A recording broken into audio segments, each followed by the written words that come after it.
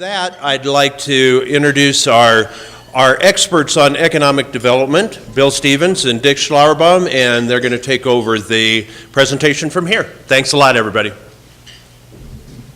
My name is Bill Stevens. I've been in Taos 25 years in wonderful retirement after working at Sandia National Labs for 30 years.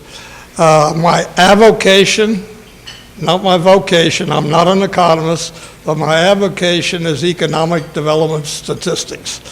And I've been at this since roughly, looking at Fred Winter here, he can remember 1997. I think we first started this. It led to the Taos Economic Report, which we'll examine in a few minutes. But that's a snapshot in time, the second quarter of this year of 2010.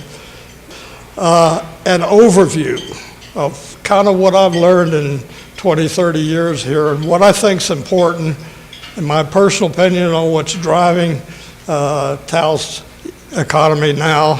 And if that doesn't stir up some discussion, I'll be very disappointed. By the way, you need not read any of these numbers. It's only to keep me on course. It's not to give you a quiz or anything. So this is kind of my tenure at Taos. This is business activity, which is measured in Taos by gross receipts. We in New Mexico are very fortunate in one respect, in that we have this parameter of gross receipts, because that collects all what other people call sales tax plus services.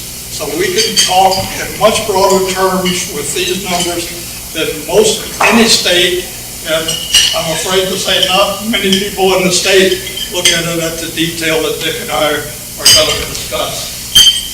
So the way we're looking at a point in time, but we're going to talk about 2000 build up and this business. Okay, next one, please. Let's, and this is not a canned talk, so please stop me at anywhere along the line. We're going to look at the first page of the of this quarterly report. Okay, we've been doing this since 1998. Quarterly reports. We start off with an annual report, then a semi-annual and annual, and things got moving so fast recently that Dick and I are doing quarterly reports. So this is the latest report. Just to let you remember, 2009, the shading means that parameter was down from the same one a year earlier or a period earlier.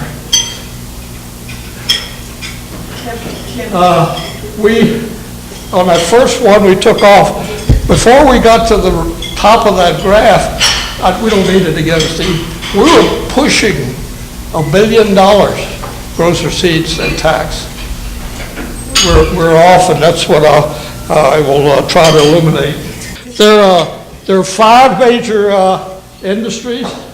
By the way, this is called sector. In the language here, we're going to be talking about 20 sectors. That's all the ones that make up the North American Industrial Classification System, which has come about in the 2000s. The work I did in the 90s was done under a different system, so we have to bridge that. But we're talking about the big 5, if you will, are retail trade, construction, not necessarily in order, utilities, accommodation and food services, that's tourism in part, and other services. So we'll be emphasizing those this quarter. And so these columns, this is date, this is total gross receipts, this is change in percent from the previous period, and now the cost of living index is added, and we get an adjusted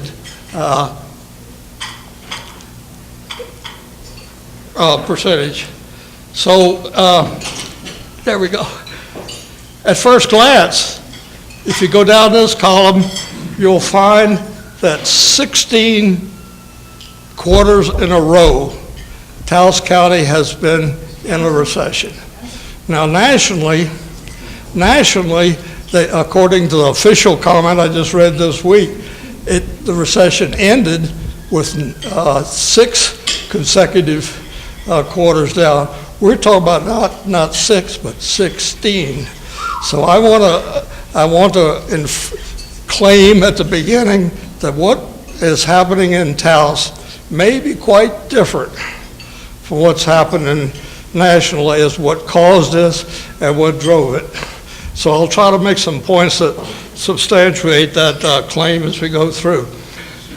But when you look, if you look below the 20 sectors at the some 200 industries in this index that Dick and I try to keep track of, you'll find that this situation was driven by construction. Construction was up and gross receipts were up about 3%. If you look deeper, construction was up because of what? The judicial center, the big judicial center. If you take those monies and subtract them out of the total, you find another 3% recession for this current quarter. So even though some of the numbers I talk will be using as a current, it's really another